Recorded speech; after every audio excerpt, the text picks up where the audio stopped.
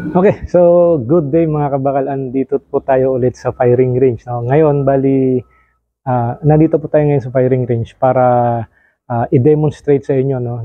So yung nakaraan demonstration natin, yung about dun sa, ito yung tungsten na barrel. No? Maalala nyo, ito yung tungsten ko na barrel na caliber 45. No? And meron din tayong yung bushing type. No? So yung bushing type, i-open natin. So para makita nyo yung pagkakaiba ng tungsten tsaka yung bushing type, yung medyo maliit na yung ordinary na barrel compared dito sa tungsten barrel, no? So medyo makapal siya. So yung dinemo ko nung nakaraan, mga kabakal, no? Napanood naman ninyo yung demonstration ko yung last time na mas less yung recoil ng tungsten barrel compared dun sa ordinary barrel. Okay? Muscle po reference natin sa muscle. Yung first shot ko, medyo so pagmasdan nyo lang masyado so from dun sa arrow point, makita yung distance na. Ngayon, meron tayong recoil hack. So, ang tatawagin na lang natin itong recoil hack. Okay? So, itong ordinary barrel, kakabitan natin ng thumb rest. No? Thumb rest. Ito yung thumb rest, kakabit natin dito sa yung thumb rest kakabit natin dito sa frame, no. So ipuputok natin tong ordinary barrel, no, na naka-bushing type na may thumb rest, no. Kung mapansin niyo dati mga kabakal, yung kamay ko, no, pagka pumuputok ako, etong thumb ko is dumudulas, no. Dumudulas. Pagka nagre-recoil siyang ganun, naiiwan yung thumb ko rito, no.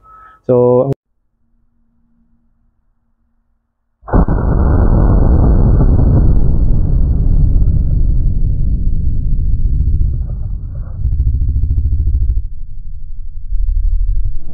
gagawin natin is lalagyan natin ng thumb rest. Titingnan natin kung mas lesser ba yung flip ng muzzle, no, kapag may thumb rest. Okay, so ito na, may thumb rest na siya. So kung mapansin yung mga kabakal, kung may thumb rest siya, no, kung ipuputok natin siya, yung thumb natin na to hindi na siya dudulas hindi na siya dudulas in every time na mag-recoil. So magma-muzzle flip, no. Hindi na dudulas yung ating thumb. So may pagpapatungan na siya.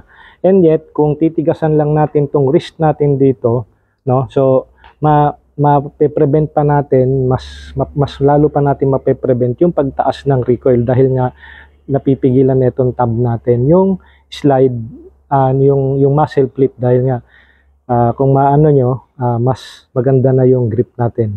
Okay? So i-testing natin. So panoorin nyo lang mga kabakal yung muzzle flip, no. So yun yung hack, yung recoil hack na gagawin natin, no. So ano ba yung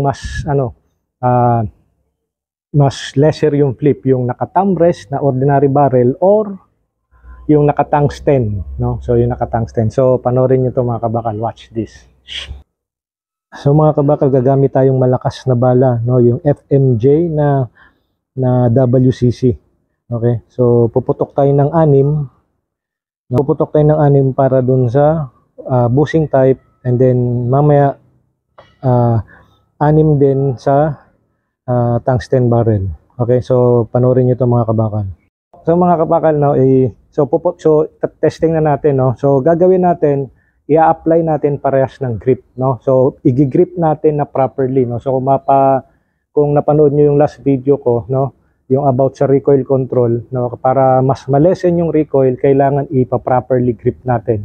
Okay, so gagawin ko rito sa ordinary barrel na naka-bushing type at dun sa tungsten barrel, parehas na grip yung gagawin natin. Okay? So panoorin niyo mga kabakal yung recoil control niya. Okay? So mga kabakal, sa upper part yung ordinary barrel na naka-thumb rest, sa lower part yung naka-tungsten barrel. So nilagyan ko ng red line para reference ng mga muzzle flip nila. So kung mapansin nyo rito mga kabakal, yung dalawang pistol is almost the same recoil and muzzle flip. Parehas modified, pero malayo yung price ng modification ng both pistol. So sana po nakatulong itong ginawa nating demonstration na recoil hack para dun sa mga baguhang shooters. So mga kabakal, dito ko na po ulit muna tatapusin itong video ko sa susunod po ulit na video. Maraming salamat sa support nyo. Good day, God bless, and syempre, mabuhay po tayong lahat.